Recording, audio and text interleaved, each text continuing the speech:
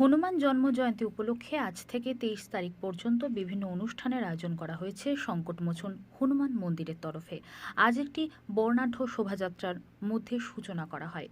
সকালে কদমতলা শীত মন্দির প্রাঙ্গণ থেকে একটি শোভাযাত্রার আয়োজন করা হয়েছে। কদমতলা বেগুনটারি দিন বাজার সমাজপাড়া থানা মোড় হয়ে ফের মন্দির প্রাঙ্গণে শেষ হয়। আগামী ২৩শে এপ্রিল মহাপ্রসাদ বিতরণের মাধ্যমে এই অনুষ্ঠানের সমাপ্তি ঘোষণা হবে। আজ অর্থাৎ রবিবার শোভাযাত্রায় মহিলারা স্বতঃস্ফূর্তভাবে এখানে অংশগ্রহণ করেন। শোভাযাত্রার সামনে একাধিক ঢাকের সমাগম ছিল।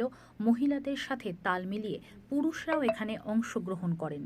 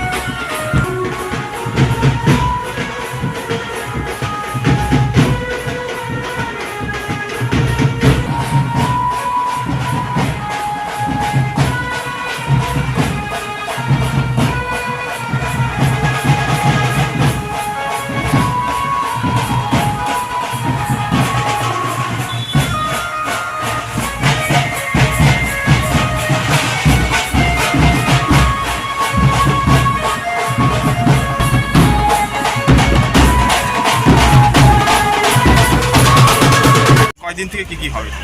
আজকে থেকে আমাদের হনুমান জয়ন্তী প্রোগ্রাম শুরু হচ্ছে। আজকে আমাদের প্রথমে ঝাঁকি হবে, এই ৯টা থেকে বাড়াবে ঝাঁকিটা, শোভাযাত্রা। আর রাত্রেবেলা এখানে মন্দিরে কীর্তন হবে। আর এই অনুষ্ঠানকে কেন্দ্র করে কি হবে আপনাদের? আমাদের কালকে আমাদের পূজা হবে, আর রামায়ণ পাঠ, সুন্দরকান্ত পাঠ, হনুমান চালিসা পাঠ হবে। আর পরশু দিনকা বাবার প্রণাম করা হবে বা পূর্ণিমার দিন। কয়দিন ধরে চলবে এটা? আমাদের 4 দিনের প্রোগ্রাম আছে। 24 তারিখ পর্যন্ত হবে।